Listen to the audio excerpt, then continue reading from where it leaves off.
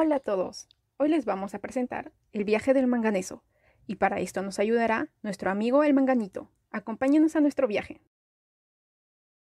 El manganito es un elemento que ocupa el puesto 25 de la tabla periódica. ¿Y para qué es importante el manganeso? Pues el manganeso puede usarse en distintas cosas. Por ejemplo, lo encontramos formando acero, que es el componente principal de los materiales de construcción o de los electrodomésticos. También es usado como suplemento alimentario, pues el manganeso es bueno para la salud.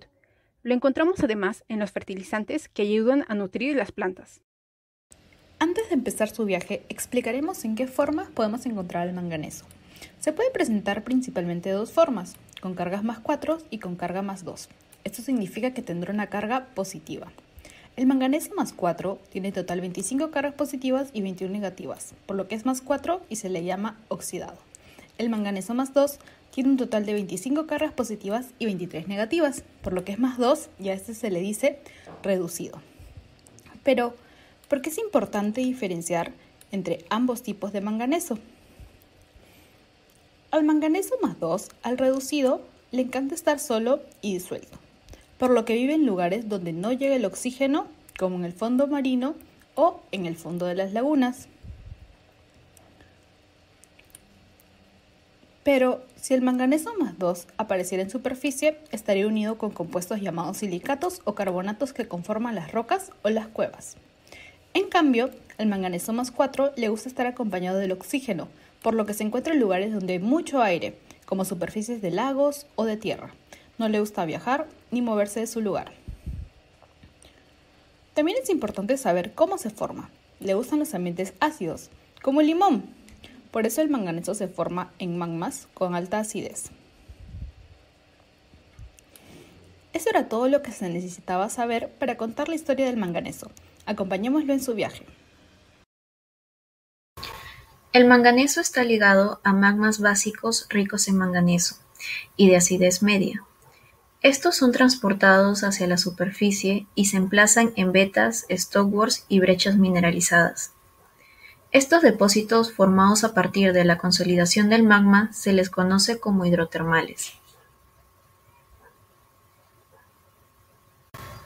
Estos depósitos emplazados en el continente pueden ser modificados químicamente o físicamente por cambios en las condiciones de presión, temperatura u otros.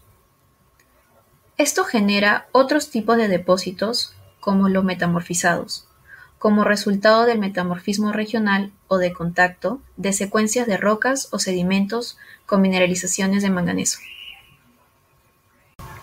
Con el tiempo, estos depósitos aparecen en la superficie de la Tierra y sufren ciertos cambios por su exposición al aire, agua u otros elementos de la superficie. A estos se les conoce como depósitos de intemperismo por acumulaciones residuales o formadas por infiltración. Producto de la meteorización de estos depósitos en el continente, se liberan los minerales portadores de manganeso. Cuando estos están liberados, se pueden encontrar con ácidos húmicos, producto de la descomposición de materia orgánica, y ser transportados como bicarbonatos, que viene a ser el HCO3, sin ser oxidados. Su recorrido seguirá hasta llegar a frentes con bajo relieve en donde las condiciones de las aguas sean menos ácidas, como los lagos. En los lagos se ha demostrado que las condiciones varían de acuerdo con el periodo del año. Se han distinguido dos estaciones, una época de calor y una época de frío. En la época de calor, el sol calienta la superficie del agua y debido a su baja conductividad térmica, la temperatura en la superficie se difunde muy lentamente a las capas inferiores, generando así la estratificación térmica.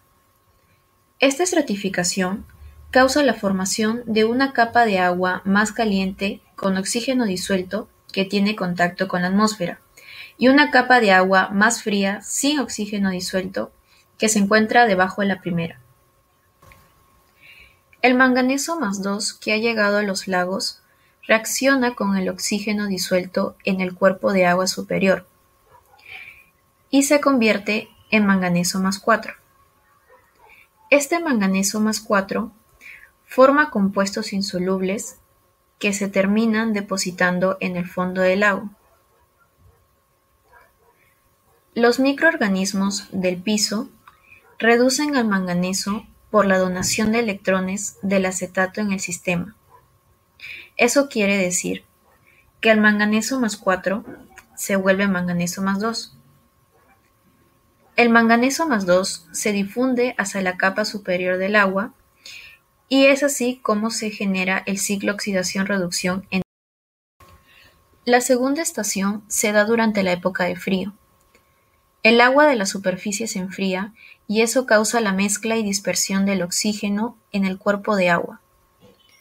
De esta manera, el sistema puede variar entre muy oxidado y muy reducido, lo que va a afectar la distribución de metales entre el agua y el sedimento. Luego de contarte su historia en el lago, el manganeso también quiere contarnos qué pasa al salir del lago o de las rocas donde se encontraba. El manganeso más 2 puede desprenderse de las rocas por acción del viento o el agua. Como está la intemperie, se va a juntar con el aire, o sea, con el oxígeno, e inmediatamente se va a volver manganeso más 4. Esto hace que se deposite en vez de movilizarse. Entonces, la única manera de que se traslade es en forma de manganeso más 2 si se queda dentro de las rocas de tamaño diminuto hacia el mar. Las pequeñas partículas de roca sirven como balsas para poder llegar, mientras que el resto del manganeso más 2 que se desprende entrará en contacto con el oxígeno y se depositará como manganeso más 4. Al llegar al mar, el manganeso se queda solo y puede seguir su camino. Ahora tendrá dos opciones: quedarse en lugares con poca profundidad o arriesgarse y bajar mucho. ¿Qué elegirá? Primero, decide ir a mares someros, como el Mar Negro. Su primer recorrido se situará en las zonas poco profundas de este mar, de 100 a 200 metros de profundidad. Es importante mencionar que existen dos zonas de los mares poco profundos, una zona donde abunda el oxígeno y otra donde no hay. Esto es por la profundidad relativa del mar. El oxígeno no va a llegar a profundidades porque se queda en el agua superficial. Es importante saber que hay otros elementos, como el hierro más 2, que provienen de procesos similares al manganeso. Por otro lado, en la parte profunda sin oxígeno también está presente el ácido sulfídrico, que ha provenido de otro compuesto transformado por bacterias. Este proceso empieza teniendo tanto al manganeso más 2 y al hierro más 2 reducidos libres en la parte más profunda. Como no hay oxígeno, no van a depositarse como óxidos, solo van a moverse entre sí. Pero en estas condiciones, el hierro será atraído por el ácido sulfídrico y se va a depositar como un sulfuro, en este caso, la pirita. El manganeso no puede depositarse, ya que en estas condiciones solo lo podrá hacer con el oxígeno, lo que no sucede porque no hay. Pero felizmente hay una solución. Existe un fenómeno llamado upwelling, que básicamente significa que el agua de abajo sube arrastrando elementos consigo. Al hacer esto, le permite al manganeso más 2 subir y transformarse en manganeso más 4 al juntarse con el oxígeno, formando una capa de óxidos de manganeso en la zona inferior de la parte con oxígeno. También es importante resaltar que el manganeso más 2 sí se puede concentrar en la zona sin oxígeno, solo reemplazando al calcio en un mineral llamado calcita, volviéndose la rodocrosita. Este ciclo se va a repetir constantemente, formando una zona en la cual el óxido de manganeso se puede depositar gracias al upwelling.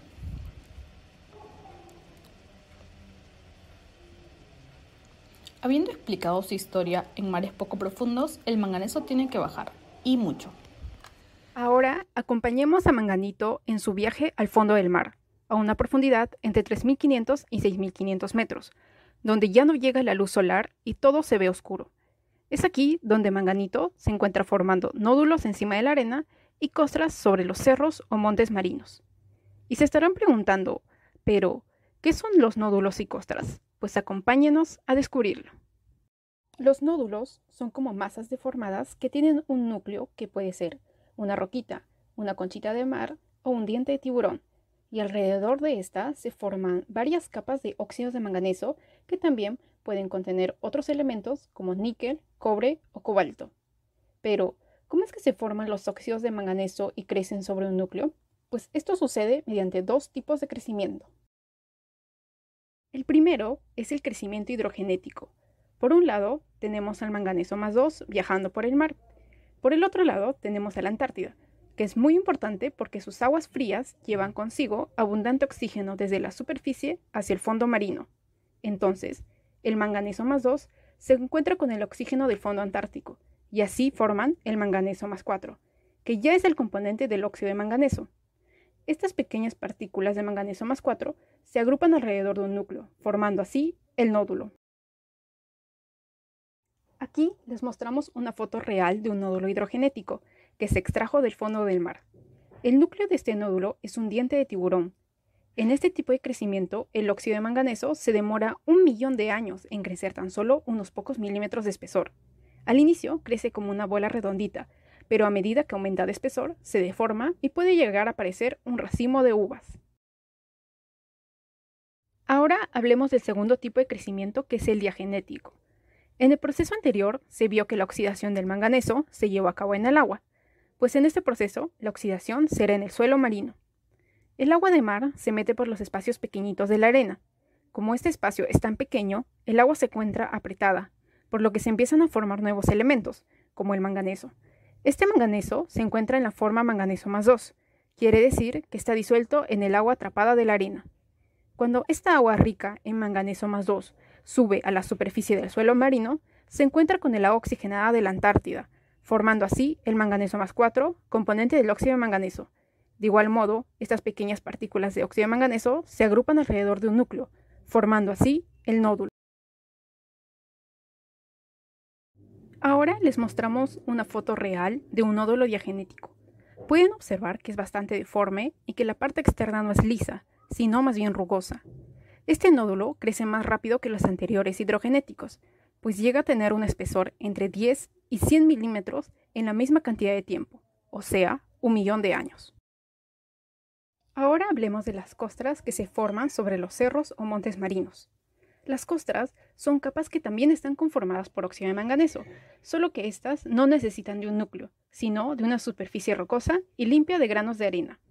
El proceso en el cual se forman los óxidos de manganeso es el hidrogenético, o sea, que el manganeso más 2 suspendido en el agua se junta con el oxígeno para formar el manganeso más 4, que luego cae sobre la superficie rocosa, formando capas sobre ella, que pueden llegar a tener hasta 30 centímetros de espesor. Aquí les mostramos unas fotos reales de las costras. Pueden observar que el monte marino se encuentra cubierto por una capa rocosa que corresponde a la costra. En la siguiente fotografía se observa un pedazo de costra que muestra las capas de óxido de manganeso que la conforman, y que no son capas rectas, sino bastante irregulares. Ahora queremos hacerles una pregunta. ¿Ustedes sabían que el oxígeno no es el único que puede oxidar al manganeso? Así es, por eso les queremos presentar a nuestro amigo el microbio, que cumplirá con la misma función que el oxígeno. ¿Y cómo así? Pues acompáñanos a descubrirlo.